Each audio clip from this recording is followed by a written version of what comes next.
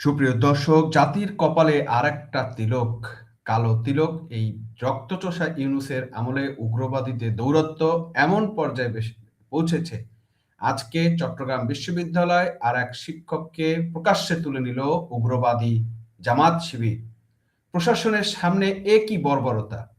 এটা কি শিক্ষকের উপরে কোনো রাজনৈতিক প্রতিহিংসা, নাকি ১২০ জনের অবৈধ নিয়োগ ঢাকতে একটি নাটক সাজানো? শিক্ষককে প্রকাশ্যে মারধর, ক্যাম্পাসে শিবিরের তাণ্ডব, চবিতে ১২০ জনের অবৈধ নিয়োগের কানাঘুষা শোনা যাচ্ছে। ইউনূস সরকার এই নীরব কেন? চট্টগ্রাম বিশ্ববিদ্যালয়ের শিক্ষক হাসান মোহাম্মদ রোমানকে প্রকাশ্যে অপমান ও তুলে নিয়ে যাওয়ার ন্যক্কারজনক যে ঘটনা আমরা দেখলাম, তার জন্য আজকে প্রচণ্ড ধিক্কার ও নিন্দা জানাই। ক্যাম্পাসে শিক্ষক লাঞ্ছনার এই সংস্কৃতি কি শিক্ষা ব্যবস্থাকে ধ্বংস করে দিচ্ছে না? এবং আমরা কি সেই শিক্ষা ব্যবস্থা ধ্বংসের দ্বারপ্রান্তে এসে পৌঁছিয়েছি না?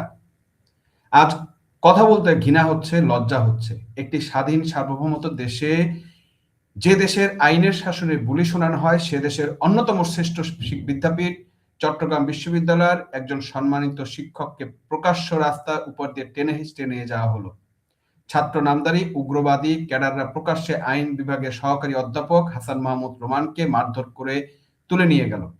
কোথায় প্রশাসন, কোথায় পুলিশ? সবচেয়ে লজ্জাজনক এবং দুর্ভাগ্যজনক কথা হচ্ছে, আজকে সরকারের যে প্রধান উপদেষ্টা রক্তচোষা ইউনূস কিন্তু এই বিশ্ববিদ্যালয়ের শিক্ষক ছিলেন, এবং এখান থেকেই কিন্তু তিনি ক্ষুদ্র ঋণের প্রবক্তা হিসাবে, বা যে কথা বলা হয় ব্যবসা, যেটা ক্ষুদ্র ঋণের ব্যবসা, সেটা এখান থেকে শুরু করেন। সেই চট্টগ্রাম বিশ্ববিদ্যালয়, যে বিশ্ববিদ্যালয়ের সাবেক ছাত্র শিক্ষকরা আজকে দেশ চালাচ্ছেন, সেখানে একজন শিক্ষককে এরকম নিকৃষ্টভাবে, ঘৃণিতভাবে, নাজেহাল জাতির বিবেকের আজকে নাড়া দিয়ে গিয়েছে। কোথায় সেই রাষ্ট্রযন্ত্র যারা নাগরিকের নিরাপত্তার গাল ভরা গল্প বলে? দিনে দুপুরে একজন প্রগতিশীল শিক্ষককে এভাবে লাঞ্ছনা করা কি কেবল ৭১-এর পক্ষে থাকার শাস্তি? আজ আমরা সেই ন্যক্কারজনক ঘটনা নিয়েই এবং এই অন্ধকার জামাত শিবিরের অবস্থান নিয়ে, এবং আমাদের সরকার, আমাদের রক্তচোষা ইউনূসের সরকার বাংলাদেশের শিক্ষকগণ যে বধ্যভূমি বানাতে চাচ্ছে, তার বিস্তারিত আলোচনা তুলে ধরবো। আমরা একটু দেখতে চাই আসলে ঘটনাগুলো কি হয়েছিল, সেটার পরে আসলে পরবর্তীতে আমরা দর্শক যাব বিস্তারিত আলোচনায়। দেখেন, এই যে চট্টগ্রাম বিশ্ববিদ্যালয় আইন বিভাগের সেই পরীক্ষার হল থেকে কিন্তু এই শিক্ষক চলে যাচ্ছিলেন, এবং তাকে কিভাবে হেনস্থা করা হয়, কিভাবে তাকে ধরা হয়, এবং কিভাবে তার উপরে হামলা করা হয়, আমরা সেই ঘটনাটা একটু আপনাদের দেখাচ্ছি। এবং এর পিছনে আসলে কারা জড়িত আছে, কিভাবে জড়িত আছে, সেটা আমি তুলে ধরবো। শিবিরের এই যে চাকসুর দপ্তর সম্পাদক নোমান, সে কিভাবে ন্যক্কারজনক ভাবে এই টিচারকে, আপনি দেখেন কিভাবে একজন টিচারকে ধরেছে। মানে এভাবে একজন ছাত্র কি একজন শিক্ষককে এভাবে ধরতে পারে? যদি এই শিক্ষক যদি কোনো অপরাধ করে থাকে, তাহলে তাকে মামলা হতে পারে, তাকে পুলিশ গ্রেফতার করতে পারে, কিন্তু এভাবে কি একজন ছাত্র একজন শিক্ষককে এভাবে ধরতে পারে? এইটা কি আমাদেরকে শিক্ষা দেওয়া হয়েছে? এইটা কি আমাদের ছাত্র সমাজকে শিক্ষা দেওয়া হয়েছে? এই শিক্ষা ব্যবস্থা নিয়ে এই দেশ এবং জাতি আসলে কোথায় যাবে? আজ এই ঘটনা পুরা জাতির কাছে কিন্তু লজ্জাজনক একটা ঘটনা হিসেবে সবার কাছে উঠেছে। আপনারা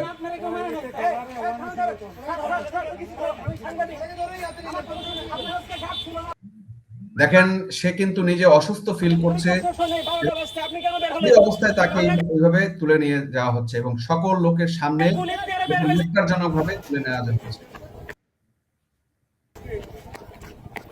দেখেন দর্শক, এটার পিছনে কারা আছে আমরা একটু আপনাকে দেখাই। এটার পিছনে কারা জড়িত আছে সেটা যদি আপনারা দেখেন, তাহলে এই যে দেখেন, আব্দুল্লাহ নোমান, আওয়ামী ফ্যাসিবাদী আইন বিভাগের কুখ্যাত শিক্ষক, সন্ত্রাসী শিক্ষক হাসান মোহাম্মদ রোমান ভর্তি পরীক্ষার সে কিন্তু পরীক্ষার ডিউটি করতে এসেছে। আমরা চাকসুর নেতৃবৃন্দ তাকে ধরে প্রক্টর অফিসে নিয়ে আসছি। চবে শিক্ষার্থী প্রক্টর অফিসে আসার অনুরোধ জানাচ্ছি। আব্দুল্লাহ নোমান, দপ্তর সম্পাদক। কে কে আব্দুল্লাহ নোমান? আমরা একটু তার পরিচয়টা একটু দেখাই আপনাদেরকে দর্শক। এই সেই আব্দুল্লাহ নোমান, যার ফেসবুক আইডি আব্দুল্লাহ নোমান, এবং এখানে আমরা বিস্তারিত তার সম্পর্কে আমরা দেখতে পারবো। যদি আপনারা দেখেন, অভিযুক্ত হাসান রোমানের বিরুদ্ধে নির্দিষ্ট সংগঠন ছাত্রলীগের সম্পৃক্ততা সুস্পষ্ট প্রমাণ গেল। তাকে প্রক্টর অফিসে নিয়ে যাওয়ার 6 ঘন্টা অতিবাহিত হওয়ার পরও এখন পর্যন্ত চবি প্রশাসন, পুলিশ প্রশাসন পক্ষ থেকে কোনো কার্যকর ব্যবস্থা গ্রহণ করা হয়নি। তোকে এই দায়িত্ব কে দিয়েছে? তুই একটা ছাত্র, তোকে এই দায়িত্ব কে দিয়েছে? চট্টগ্রাম বিশ্ববিদ্যালয়ে আমরাও পড়াশোনা করছি, আমরাও শিক্ষককে আমাদের সময়ও বিভিন্ন মনমানসিকতার শিক্ষক ছিল, কই কখনো তো তাদের গায়ে আমরা হাত তুলি নাই, কখনো তো তাদের গায়ে এই ধরনের আমরা স্পর্ধা করি নাই। জামাত শিবিরের অনেক শিক্ষক ছিল, বিএনপির অনেক শিক্ষক ছিল, কই কখনো তো তাদেরকে লাঞ্ছিত করা হয় নাই, তার গায়ে হাত তোলা হয় নাই, তাদেরকে এরকম হেনস্থা করা হয় নাই। আজকে এই এই শিবিরের কুকুরের ছানাগুলো, এই রাজাকারের বাচ্চাগুলো আজকে কেন এই কাজগুলো করছে? কারণ তারা ৭১কে থাকতে দিবে না, এটাই হচ্ছে তাদের মূল। এবং আপনি দেখেন, তারা যদি ইসলামিক চেতনা হয়ে থাকে, তাহলে তাদের এই কি ইসলামিক চেতনার লোকজন?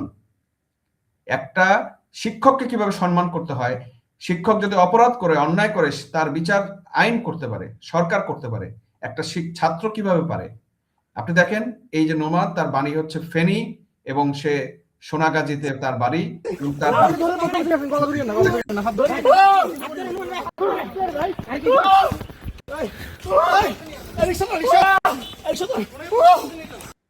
চিন্তা করেন দর্শক, মানে ভাবলে শরীরের লোম দাঁড়িয়ে যাচ্ছে।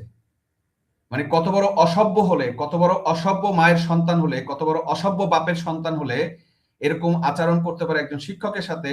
তার পরিবার থেকে কি শিক্ষা তারা পেয়েছে, এটা আমার ভাবতেই আমাদের অবাক লাগে। আমি নির্দ্বিধায় বলতে চাই, এই ফকিন্নির পুত এরা পরের টাকায় মাদ্রাসায় পড়ে আসছে, মানুষের দান খরাতের টাকায় মাদ্রাসায় পড়ে আসছে। আজকে ইউনিভার্সিটিতে বিশ্ববিদ্যালয়ে চান্স পাওয়ার পরে এই শিক্ষকদের বিরুদ্ধে তারা যে ন্যাক্কারজনক ঘটনা ঘটছে, এগুলো হচ্ছে শিক্ষার এবং পারিবারিক শিক্ষা থেকে এগুলো আসে। আমি স্পষ্টভাবে বলতে চাই, এরা অসভ্য ফ্যামিলি থেকে আসছে, এরা কোনো ভদ্র ফ্যামিলি থেকে আসে নাই, এটা অসভ্য ফ্যামিলিতে আছে। এর বাবা একটা অসভ্য, এর মা অসভ্য, এবং সেই অসভ্য আজকে একটা অসভ্য সন্তান জন্ম দিয়েছে, আব্দুল্লাহ নোমান, যে একজন শিক্ষকের গায়ে এরকম করে হাত তুলতে পারে। কি বলবো দর্শক, আসলে মানে নেওয়ার মতো একটা ঘটনা না। ঘৃণা হচ্ছে নিজেদের। এই বাংলাদেশে আমরা, এই বাংলাদেশ ৭১ সালে আমাদের মুক্তিযোদ্ধারা অর্জন করেছে, সেই বাংলাদেশে আজকে এই কুলাঙ্গারের বাচ্চারা, এই রাজাকারের ছানাপোনারা আজকে এই দেশটাকে মানে ধ্বংসের চরম প্রান্তে নিয়ে গেছে। দর্শক দেখেন, আমরা একটু ঘটনা যদি জানতে চাই সেখানে কি ঘটেছিল। ঘটনার সূত্রপাত শনিবার বেলা ১২টায় চট্টগ্রাম বিশ্ববিদ্যালয় বি ইউনিটের ভর্তি পরীক্ষা চলছিল। হল ডিউটি পালন করার সময় আইন অনুষদের ১ নম্বর গ্যালারি থেকে শিক্ষক হাসান মোহাম্মদ রোমানকে মব জাস্টিসের ভয় দেখিয়ে ধাওয়া করা হয়। প্রত্যক্ষদর্শীকে বলেছেন, তাকে ঘিরে ধরে প্রকাশ্যে মানে অপদস্থ করা হয়েছে এবং প্রক্টর অফিসে নিয়ে যাওয়ার নামে শারীরিক লাঞ্ছনা করা হয়েছে। অভিযুক্তদের দাবি, তিনি জুলাই গণ অভ্যুত্থানের বিরোধিতা করেছিলেন। কিন্তু প্রশ্ন হলো, কারো বিরুদ্ধে অভিযোগ থাকলে তার বিচার করার দায়িত্ব ছাত্রদের কি আছে? তারা কি আইন নিজের হাতে তুলে নিতে পারে? হাসান রোমান নিজেই জানিয়েছেন, তাকে ঘিরে ফেলে এরকম অপহরণের কায়দায় নিয়ে যাওয়া হয়েছে। এটি কি কেবল মব জাস্টিস, নাকি এর আড়ালে বড় কোনো নীল নকশা রয়েছে? এই শিক্ষকদের আমরা যতটুকু বিশ্ববিদ্যালয় খবর পেয়েছি, তারা লিস্ট করেছে এরকম আরো ৫০ থেকে ৬০ জন শিক্ষকের উপরে তারা এরকম মব জাস্টিস করবে। সেই লিস্ট ধরে শুধু শিক্ষক না, কর্মকর্তা কর্মচারীদের, এবং তারা এই বিশ্ববিদ্যালয়ে জামাত শিবিরের বাইরে কোনো লোককে শিক্ষক এবং কর্মচারী হিসেবে থাকতে দিবে না। এই জন্য তারা এই মাস্টার প্ল্যান করে পুরো বিশ্ববিদ্যালয় থেকে যত ধরনের জামাত শিবিরের সমর্থনের বাইরে, যত বিএনপি আওয়ামী লীগ সমর্থিত যত ধরনের শিক্ষক বলেন, কর্মচারী বলেন, তাদেরকে উৎখাত করার জন্য, তাদেরকে এইভাবে মব করার জন্য তারা একটা প্ল্যান করেছে। সেই কথা আমরা বিশ্বস্ত সূত্রে আমি জানতে পেরেছি। সেখানের শিক্ষার্থীদের সাথে কথা বলেছি, আমি দেশে ফোন দিয়েছি, সেই শিক্ষার্থীদের কাছে আমরা এই ঘটনাগুলো জানতে পেরেছি, এবং আমি বিশ্বস্ত সূত্রে আপনাদেরকে কনফার্ম করছি, এই ঘটনা চট্টগ্রাম বিশ্ববিদ্যালয়ে আরো একাধিকবার ঘটবে। বিশ্লেষকরা এই ঘটনার পিছনে এক গভীর ষড়যন্ত্র দেখছেন। অভিযোগ উঠেছে, এই সময় চট্টগ্রাম বিশ্ববিদ্যালয় সিন্ডিকেটের মাধ্যমে প্রায় ১০০ থেকে ১২০ জনের একটি বিশাল অবৈধ নিয়োগ প্রক্রিয়া চূড়ান্ত হচ্ছে। যখন দেশ জুড়ে শিক্ষা সংস্কারের কথা বলা হচ্ছে, তখন এই অরাজকতার সুযোগে প্রায় ১০০ জনের উপরে নিজেদের পছন্দের লোককে চাকরিতে ঢুকিয়ে দেওয়ার পায়তারা করছে এই জামাত শিবির। আর এই বিশাল নিয়োগ বাণিজ্য থেকে মানুষের নজর অন্যদিকে সরাতে, জনমনে আতঙ্ক তৈরি করতে এই শিক্ষক হাসান মোহাম্মদ রোমানের উপর হামলা সাজানো হয়েছে।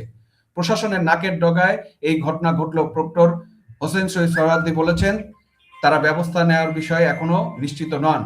কেন এই নীরবতা? প্রশাসন কি তবে সন্ত্রাসের সহযোদ্ধা?